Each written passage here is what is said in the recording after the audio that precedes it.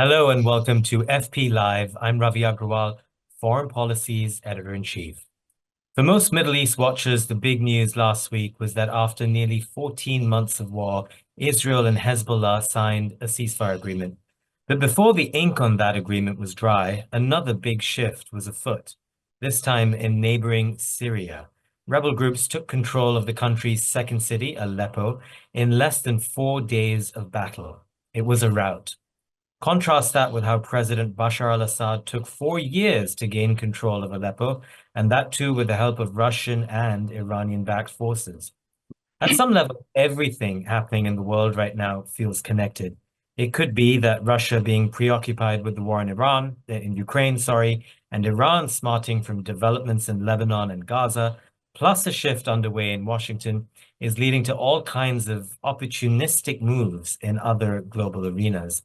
Syria could be just one of them. So there's a lot to discuss today. Syria, Lebanon, the role of terrorist groups in the region, and of course, how the Middle East has been roiled since October 7th. My guest today is perfectly placed to analyze all of that. Fawaz Gerges is a professor at the London School of Economics. He is Lebanese American, although he wears many identity hats.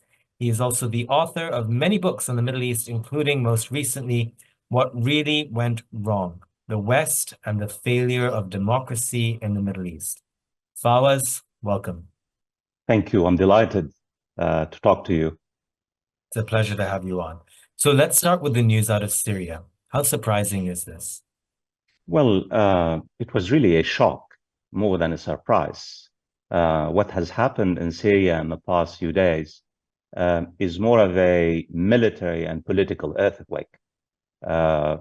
We knew that the Assad government is very weak, but we did not really appreciate the capacity and the willpower and the organization of the Syrian opposition led by Hayat Tahrir al-Sham, which is the vanguard Islamist Salafist movement in Syria.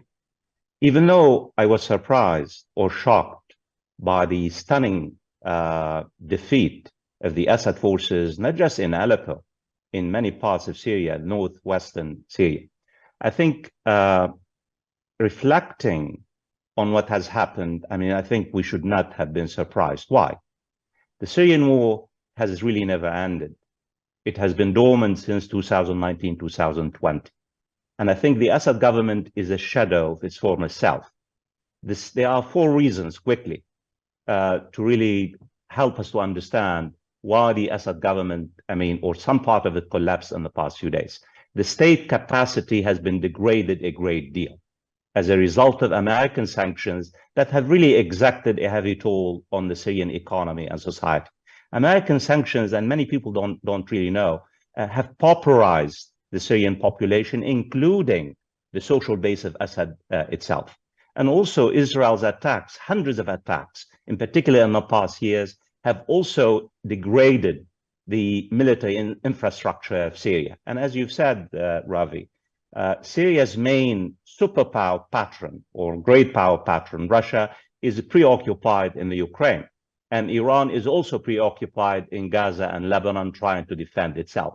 And the opposition, led by the Islamists and the nationalist opposition, have been biding their time, waiting for the right opportunity. And they seized the moment because they realize this is their moment. And Turkey, of course, has provided major critical logistical and intelligence and military support for the opposition. And here we are. The Syrian war has been reignited, which is really a tragedy for everyone, in particular the population in Syria. And just spend another beat on Hayat Tahrir al-Sham. Tell us, a little bit about their background, what they hope to get out of this moving forward. Well, Hayat Tahrir al-Sham used to be called Al-Nusra Front, which was really an affiliate of Al-Qaeda Central.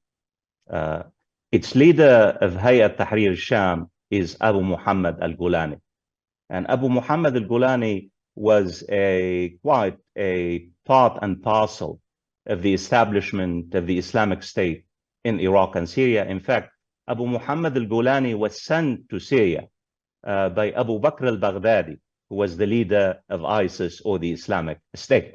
But Abu Muhammad al-Gulani proved to be a very cunning and calculating operational leader in Syria between 2011 and 2013. He became really too big for his own good. He decided to really split from the Islamic State that was led by Abu Bakr al-Baghdadi. And he really proved to be quite a capable leader on the battlefield in Syria. He carried out his affiliates and his operations, hundreds of targeted bombings and against the Assad regime.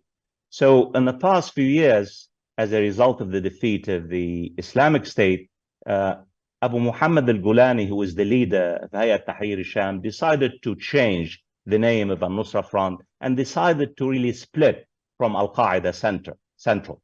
Because once he had a major fight with Abu Bakr al-Baghdadi in 2013, he basically swore allegiance to Ayman Zawahiri, who was the leader of Al-Qaeda.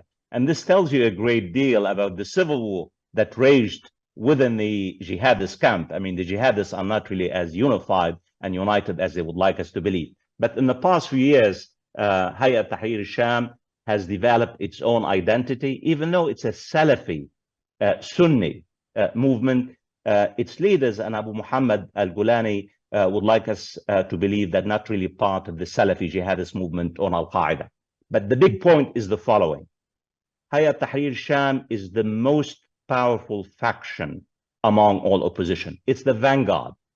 It's leading the fight against Assad. It has more than 10,000, really skilled and hardened fighters. And in particular, it's not just about the numbers, it's the willpower, the motivation, and the willingness to really fight and die. And I think regardless of what happens, if indeed the opposition basically scores a decisive victory against Assad, I think Hayat Tahrir al-Sham will own Syria. Abu Muhammad al-Gulani will most probably become the leader of Syria. Wow. One more question on Syria, and then I know we need to move on to a few other topics in the Middle East. Just to broaden it out, and you went there briefly earlier.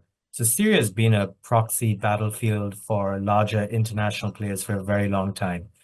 And when you think about the question of why now, one theory is that all these other bigger players were distracted. So Russia's embroiled in Ukraine, Iran is very much weakened after significant blows to Hezbollah and Hamas, America's in transition. But Fawaz, there is another theory that Russia, in fact, wanted to pressure Syria to reach some sort of a back-end deal with Turkey, and basically to get to a point where you have an internationally recognized political solution so that Moscow can go in and profit off of reconstructing a war-torn Syria. What's your sense of what's really going on here? I don't buy it at all, Ravi. This is really, in fact, the reverse is true.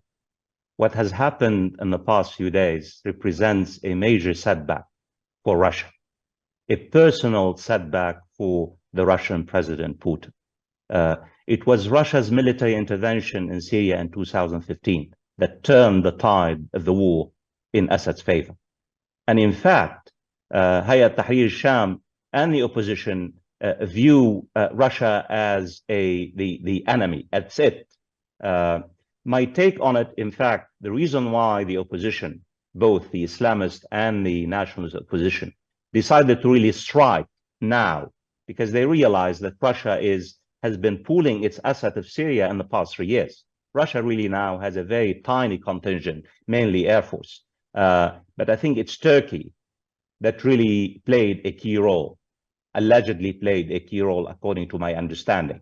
And the reason why, because Turkey realized that Assad has been really dragging his feet, that Assad is not really interested in any kind of political settlement that integrates the opposition into the political process. That Assad's motto is, what the opposition has not really taken on the battlefield cannot really take on the negotiating table. So Turkey wants to really change the political order in Syria. Remember, you have 3 million Syrian refugees in Turkey. And the Syrian refugees really have weighed down the political and social and economic order in Turkey. So Turkey would like the Syrian refugees to go back to Syria. And also Turkey has a bigger aim, is to really defeat the Kurdish forces who are affiliated and who are really supported by the United States.